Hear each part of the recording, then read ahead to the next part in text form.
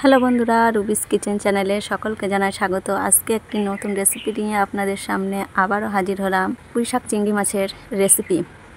আশা করছি আপনারা অবশ্যই আমার ভিডিওটি প্রথম থেকে শেষ পর্যন্ত দেখতে থাকবেন। আর প্লিজ বেশি বেশি করে সাবস্ক্রাইব করবেন, লাইক করবেন আর কমেন্ট করে জানাবেন রেসিপিটি কেমন হয়েছে। তাহলে সরাসরি আমার কিচেনে চলে যাই। বন্ধুরা, আমি এখানে পুঁইশাকটা ভালোভাবে কেটে তারপরে ধুয়ে নিয়েছি। এখানে আছে চিংড়ি মাছ, আর এখানে আছে কিছু পেঁয়াজ কুচি, শুকনো লঙ্কা, কাঁচা লঙ্কা আর রসুন থিতো। বন্ধুরা, এখানে আমি কড়াইটা চাপিয়ে দিয়েছি, গরম হয়ে গিয়েছে। এবারে আমি সরিষার তেলটা দিয়ে দিচ্ছি।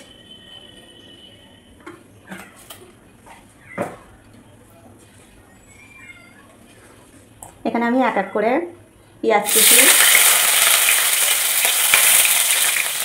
লঙ্কা কুচি,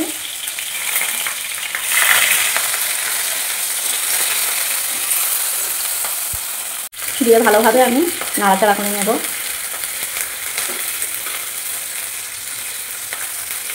পেঁয়াজটা একটু ভাজা ভাজা হয়ে গেলে আমি রসুন থিতোটা দিয়ে দেব।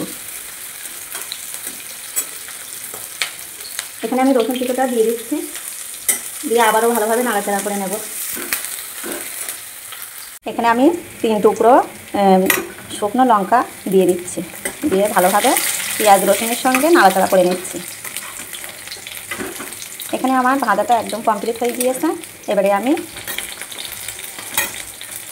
চিংড়ি মাছটা দিয়ে দিচ্ছি, দিয়ে মশলার সঙ্গে ভালোভাবে নাড়াচাড়া করে এখানে পেঁয়াজ রসুন কাঁচা লঙ্কার সঙ্গে মাছটাকে ভালোভাবে আমি নাড়াচাড়া করে একদম ভাজা ভাজা করে নেব, লাল লাল করে নেব। বন্ধুরা, এখানে আমার চিংড়ি মাছটা একদম ভাজা হয়ে গিয়েছে। এবার আমি গুঁড়ো মশলাগুলো দিয়ে দিচ্ছি। পরিমাণ মতো লবণ,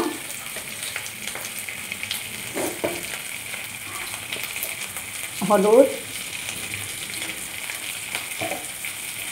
এখানে আমি গোলমরিচের গুঁড়ো একটু দিয়ে দিচ্ছি। আমি সব রান্নাতে একটু গোলমরিচ ব্যবহার করি, আর একটু জিরের গুঁড়ো দেব। দিয়ে আবার চিংড়ি মাছের সঙ্গে ভালোভাবে নাড়াচাড়া করে নেব।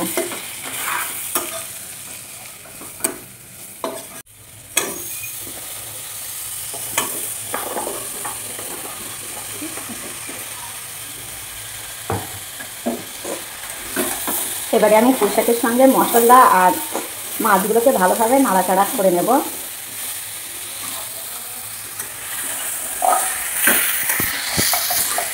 এখানে আমার মশলার সঙ্গে শাকগুলো ভালোভাবে নাড়াচাড়া করে নিয়েছি। এবার পরিমাণ মতো পানিটা আমি দিয়ে দেব।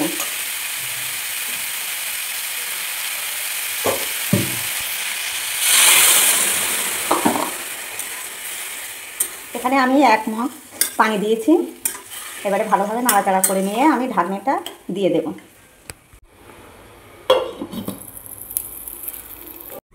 বন্ধুরা, এবারে আমি ঢাকনিটা খুললাম।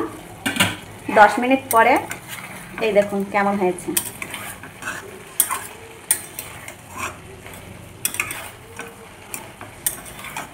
আর রান্নাটা প্রায় শেষের দিকে, আর একটু বাকি আছে।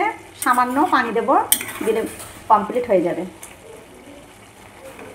এই অবস্থায় আমি আরেকটু পানি দিয়ে ঢেকে দিচ্ছি।